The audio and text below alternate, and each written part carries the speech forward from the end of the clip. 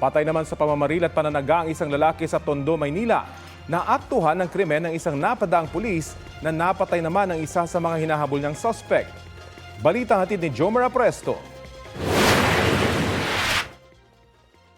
Dalawa ang patay sa nangyaring gulo sa Velasquez, Tondo, Maynila pasado alas 7 kagabi.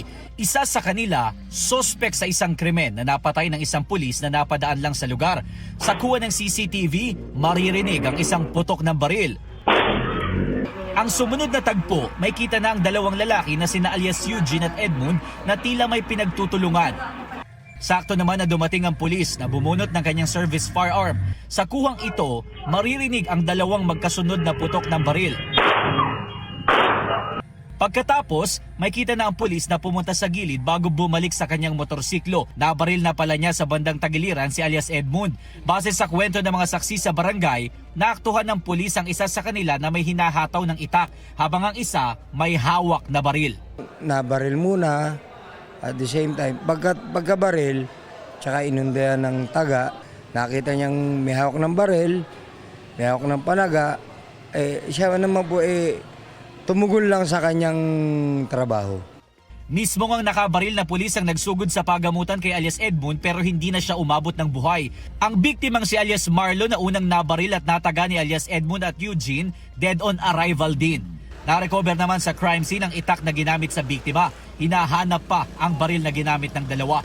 Sabi pa ng barangay, una nang nag-away noong isang gabi ang biktima at si alias Eugene. Inakala raw kasi ng biktima na siya ang pinagtatawanan ng grupo ng suspect habang nag-aaway sila ng dati niyang kinakasama. Yung sa pagbibigay lang po ng sustento niya sa anak niya. Akala niya po siya daw po yung pinagtatawanan. Pero hindi naman po talaga siya yung pinag-uusapan namin noon. Nagkasalubong rin daw ang dalawa noong madaling araw at nagtalo dahil naman sa unahan ng pila sa tricycle. Pagdating ng gabi, dito na umano muling nagtagpo si alias Marlon at Eugene kasama ang kanyang kapatid na si alias Edmund na pinaniniwala ang bumaril sa biktima base sa investigasyon ng pulisya. May taga po siya sa batok.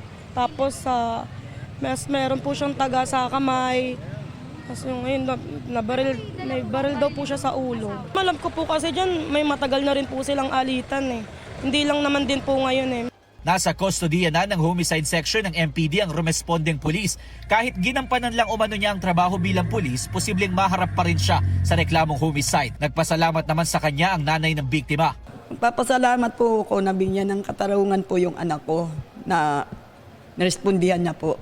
Ayon naman sa mga kaanak ni alias Edmund at Eugene, mayroon din dalang itak noon ng biktima. Itinanggi ito ng kanyang live-in partner. Patuloy na hinahanap ng pulisya ang suspect na si alias Eugene. Jomer Apresto nagbabalita para sa GMA Integrated News.